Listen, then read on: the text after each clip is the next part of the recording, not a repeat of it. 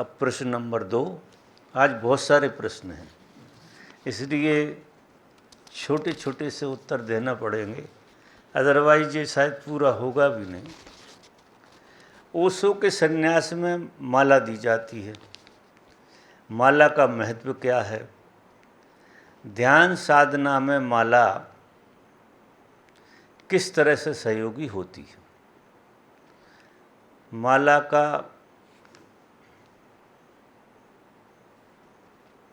क्या होता है?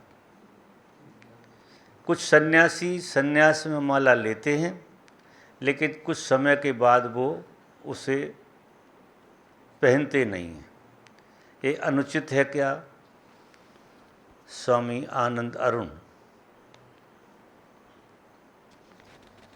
शुरू के दिनों में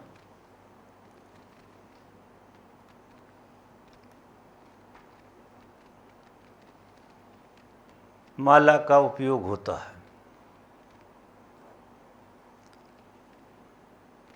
कारण क्या होता है कि आपकी पहचान बदलने का आयोजन होता है। संन्यास का मतलब ये है कि आपकी जो आइडेंटिटी है, जो पहचान आपने बनाई है पुरानी, बचपन से लगा के अभी तक की, तो जिस दिन आप दीक्षित होते हैं उस दिन से एक संकल्प आपके जीवन में घटना चाहिए कि अभी तक की जो भी मेरे जीवन की कथा रही है, उस कथा से थोड़ा सा हट के मुझे जीवन को जीना चाहिए। पहचान के लिए, याद के लिए माला डाली जाती है कि आपको ये याद बना रहे कि आप सन्यासी हैं। जैसे पहले के ज़माने में कोई बाज़ार जाता था तो कोई बात बताई जाती थी कि तुम्हें बाज़ार से ये चीज़ लाना है, तो उनके कपड़े में एक गांठ बांध दी जाती थी। तो वो गांठ यूँ बांधती थी कि अगर तुम भूल गए तो ये गांठ देख लेना, और गांठ तुम्हें याद दिला देगी कि तुम्हें कौन सा काम दिया गया था। तो बाज़ार में तुम्हें उसकी याद आ जाएगी और तुम वो चीज़ ले सकते हो आप। इसी तरह से ये माला जो है, जो गुरु के हाथ से दी गई है, उसको बार बार याद करना है, बार बार। और ये अनुभव करना है कि आप सन्यासी हैं, संसारी नहीं हैं। गेरुआ रंग के कपड़े दिए जाते हैं।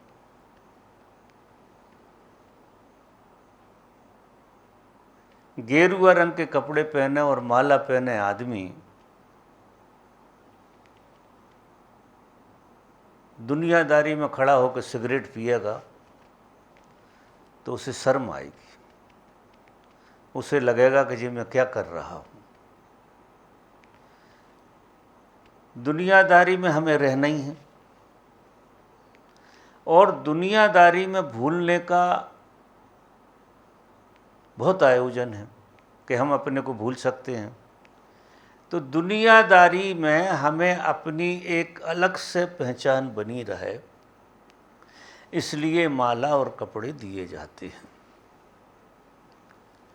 अगर किसी का बोध सध जाए, वो समझ ले कि माला और कपड़े का उपयोग पूरा हो गया, वो सहज रूप से अवेयर रहने लगे, तो उससे ये अनुमति भी दी जाती है कि वो माला कपड़े छोड़ के सहज रूप से हो जाए। कभी कभी क्या होता है कि जिन चीज़ों से हमें लाभ होता है, उन चीज़ों से हमें हानि भी होने लगती है। आप माला और कपड़े पहने हैं, सहज रूप से आप साधु लगते हैं, तो साधु को लोग सम्मान देते हैं, तो सम्मान की वजह से आपको अहंकार बन सकता है। तो एक अवस्था तक माला कपड़े पहनना अनिवार्य होता है, और एक अवस्था के बाद जब तुम में जागृति घट जाए और ये सूत्र बिल्कुल पकड़ में आ जाए कि ये माला कपड़ा किस उपयोग के लिए दी गई थी। माला बड़ी रहस्यमय चीज़ है, साधारण चीज़ नहीं है। उसमें 108 मनके होते हैं, और एक मन का दोनों तरफ से सब मनकों को जोड़ने के लिए रखा जाता है। 108 मनके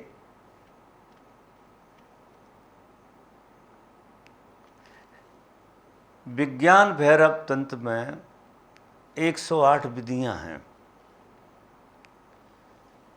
108 विधियों में धर्म का पूरा विज्ञान खुल जाता है। अगर 108 विधियों में से कोई भी विधि तुम्हें, सारी 108 विधियों को कायदे से टटोलना चाहिए, सारी विधियां करना चाहिए साधक को, और उनमें से कोई एक विधि उसे क्लिक हो जाएगी, कोई एक, और बाकी सारी विधियां छूट जाएंगी। तो एक विधि जब क्लिक हो जाए किसी को, वो साधना करने लगे।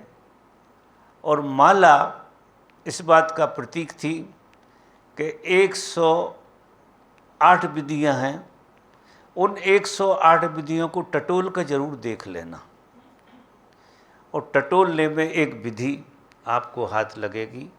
और जो माला को जोड़ने वाला जो ऊपर का मन का है, वो साक्षी की तरह है कि विधि जो तुम्हें समझ में आ गई है, वो विधि ना बांध ले तुम्हारे लिए। इसलिए तुम्हें क्या करना है कि वो विधि का साक्षी भी होते रहना। तो ये माला ऐसे देखो तो बहुत रहस्यमय अर्थ हैं इसके, बहुत कीमिया हैं।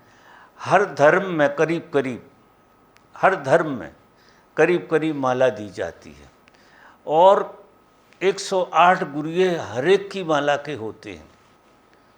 वो इस बात का प्रतीक है कि 112 विधियाँ आपको टटोल लेनी हैं।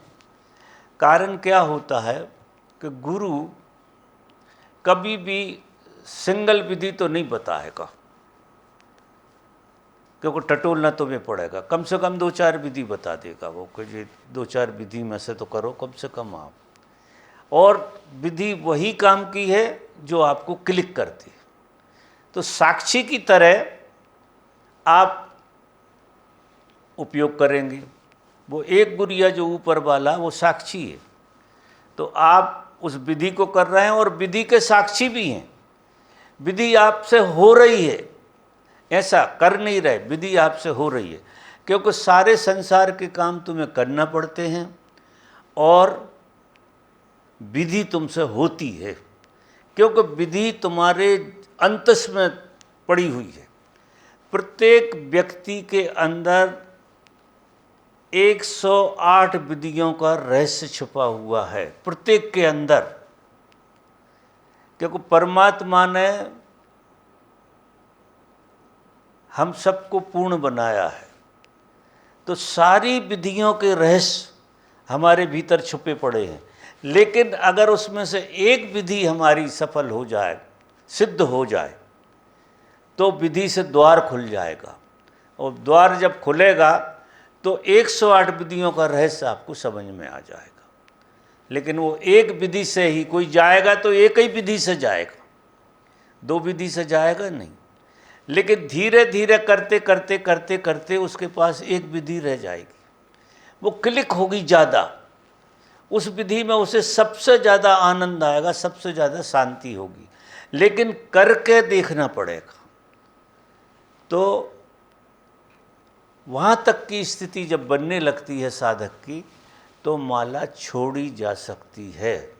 ना छोड़े तो अच्छा है कि याद बनी रहेगी, लेकिन पकड़ किसी चीज़ की ना रहे, वो हमारे अहंकार का आभूषण ना हो जाए, इस वजह से उसको गुरु कहता है कि इसे छोड़ दो, कपड़े भी छोड़ दो, क्योंकि ये कपड़े अब बाज़ार में आपके अहंकार का पोषण करने लगेंगे।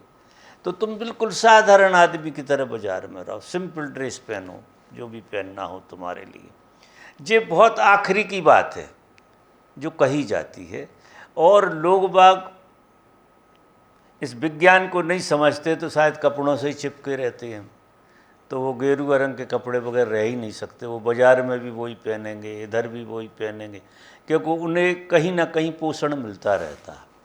तो दोनों तरफ बात जाती, किसी चीज़ के नुकसान भी हैं और किसी चीज़ के फ़ायदे भी।